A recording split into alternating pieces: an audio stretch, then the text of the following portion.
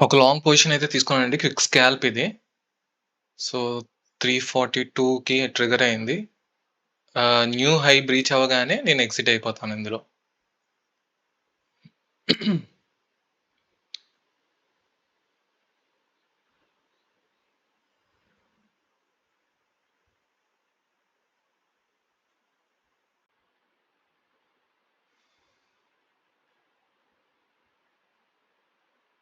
Okay.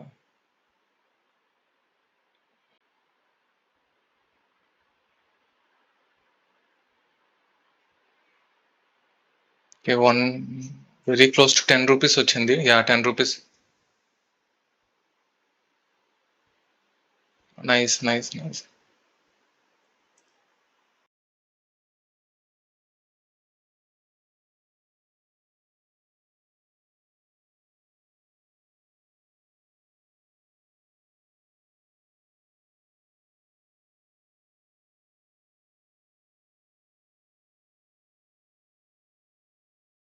Hello everyone. Welcome and welcome back to my channel.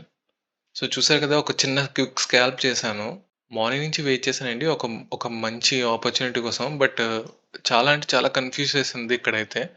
So, ఎటువంటి trade అనేది నేను execute చేయలేదు. ఎందుకంటే ప్రాపర్ బుల్లిష్ ఉందా? బేరిష్ ఉందా? అన్నది ఇక్కడ మొమెంటమ్ ఏదైతే ఉందో అదైతే క్లియర్‌గా లేదండి. సో, అందుకే నేను వెయిట్ చేశాను. సో, వెయిట్ చేశాక ఆల్రెడీ నేను ఎటువంటి ఎంట్రీయే తీసుకున్నాను ఇంతకుముందు కూడా. ఐ థింక్ మే నెలలో మే సెకండ్ వీక్ అనుకుంటా ఉంటది.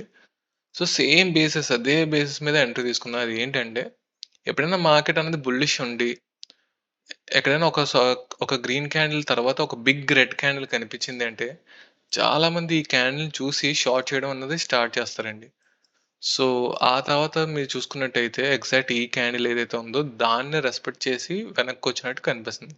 సో, నేనేం చేశానంటే బై లిమిట్ అన్నది ఇక్కడ పెట్టా కాల్ సైడ్. సో, ట్రిగ్గర్ అయింది. బట్ రావాల్సిన మొమెంటమ్ ఏదైతే ఉందో నేను ఎక్స్‌పెక్ట్ చేశానో అదైతే ఈసారి రాలేదండి. లాస్ట్ టైమ్ నేను ఏదైతే చూపించానో అందులో అది పర్ఫెక్ట్‌గా వచ్చింది. 10 రూపీస్ ప్లస్ ఎళ్ళిందండి. ఎందుకంటే 195 క్వాంటిటీ కాబట్టి 2000 రూపీస్ దాటింది అంటే అది 10 రూపీస్ ప్లస్ ఈజీగా ఇచ్చినట్టు. బట్ స్టిల్ నేను అంతైతే బుక్ చేయలేదు. చాలా చాలా తక్కువ పాయింట్స్‌తో బయటకొచ్చేసాను. పర్లేదు స్కాల్ప్ ట్రేడ్ కాబట్టి. బట్ నేను అనుకున్న మొమెంటమ్ ఏదైతే ఉందో ఈ హై, ఈ హై ఏదైతే ఉందో చాలా స్ట్రాంగ్‌గా బ్రేకౌట్ ఇస్తదని ఎక్స్‌పెక్ట్ చేశా. బట్ రాలేదు. So, no worries. That's it for today. See you in the next video.